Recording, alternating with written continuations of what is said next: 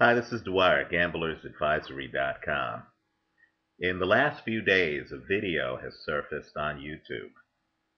Someone has located and has posted a video of Manny Pacquiao taking a blood test within the last 30 days uh, of his fight against Ricky Hatton. And the video is interesting because, of course, the video, which was apparently on episode 3 of HBO's series 24/7, so it was probably done, let's say, about 2 weeks before the fight, shows a calm and relaxed Manny Pacquiao having his blood taken. If Manny is nervous about needles, if Manny Pacquiao is nervous about anything, it doesn't show up on the video. Not only that, Manny Pacquiao obviously did not feel, at least not for that fight, that submitting to a blood test would weaken him and hurt his performance. That gets me wondering, is this blood testing controversy even a controversy? Think about the people involved. On one side of the table, you have elite promoters. Richard Schaefer, Golden Boy Promotions, Mayweather Promotions. You have people who've been involved in promoting many high-profile fights. And, of course, you have the principals of Golden Boy, Oscar De La Hoya, Shane Mosley, Bernard Hopkins, all of whom have been involved in mega fights, including, of course, Floyd Mayweather. And, of course, you also have the very shrewd Al Haymon, one of the bigger names in boxing, who's not that known to the public. And you have Leonard Ellaby. They've done a masterful job in maximizing Floyd Mayweather's commercial opportunities. Now, on the other side of the aisle, you have really one of the biggest promoters, one of the most successful promoters in boxing history, and that's Bob Arum, who has been involved in more fights than people are aware. Bob Arum, if you may recall, even promoted the Ray Leonard Marvelous Marvin Hagler fight in the 1980s, and Hagler in 1980s dollars apparently made something like $18 million for that fight. That was a huge bonanza.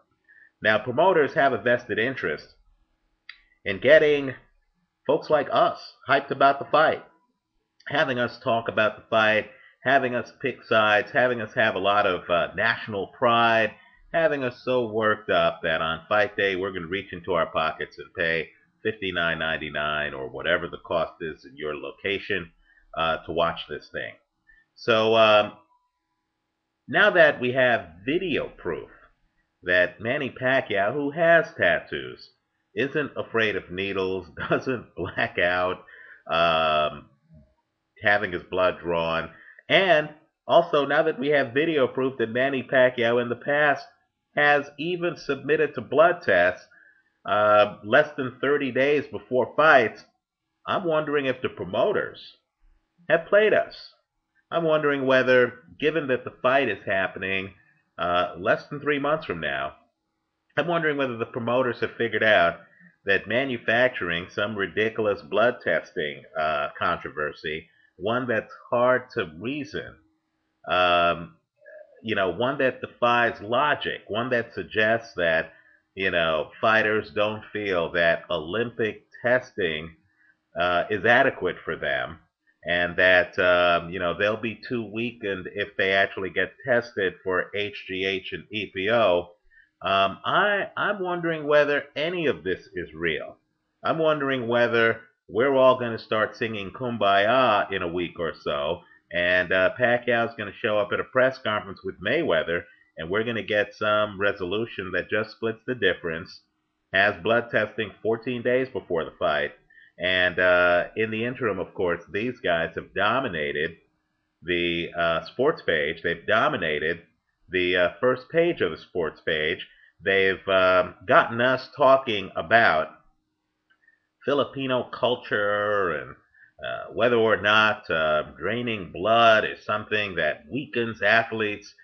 They've gotten us talking, and all of this publicity has been free. In fact, this is the second video I'm doing on the drug testing issue.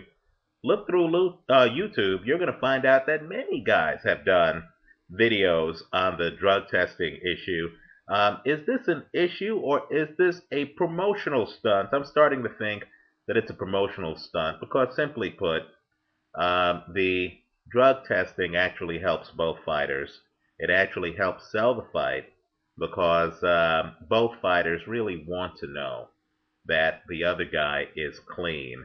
And, urine test doesn't test for EPO. And anyone who's watched the Tour de France and has watched the cavalcade of bikers who've been busted for EPO know that EPO is a performance enhancer. And of course, neither fighter wants the other guy using HGH, a drug that is well known to any baseball fan here in the United States. So let's sit back and understand the show that we're watching. It's not just a show involving the fighters, it's also a show involving the promoters. I believe all of us may have just been played. I don't think these two guys are prepared to walk away from between 50 and $100 million. I also feel that both guys um, would be comfortable knowing that the other guy has been tested. I think all of this talk about Manny Pacquiao fighting Paulie Malignaggi, think about it. How is that going to remotely help Manny Pacquiao? Manny Pacquiao is about to run for public office in the Philippines. If he only has one fight left before he takes a hiatus to participate in Filipino politics, I think he wants that fight to be a classic fight, one that helps his profile, not a fight that, granted, Malignaggi is world class, but not a fight that doesn't add to his star. Keep in mind, his last fight was against Miguel Cotto, a very elite fighter. Before that, he fought Ricky Hatton. I don't see why Manny Pacquiao would want to take the risk of fighting in a fight that's not a legendary fight. And I believe the only guy out there right now, quite frankly, who would really add the exclamation point to Manny Pacquiao's career would be Floyd Mayweather. Pacquiao is already being discussed as being among the best fighters in history. Either he fights a major fight to add to that, or he takes the next step and goes into Filipino politics. I couldn't see him rushing to fight Paulie Malignaggi in March. The fight really doesn't make sense since he fought Cotto at 147, and of course Malignaggi's last fight was, I believe, at 140 against Juan Diaz. So I believe all of us have just watched a great promotional stunt. Enjoy looking at the free publicity that your sports page is giving this fight over really a non-issue. I predict, I'll make this one of Gamblers Advisory's predictions.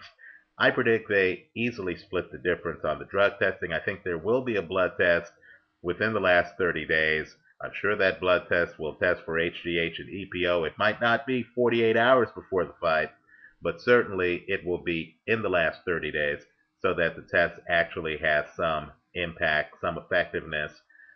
If the test is close enough to the event, then it doesn't even have to be random. Let me know your thoughts.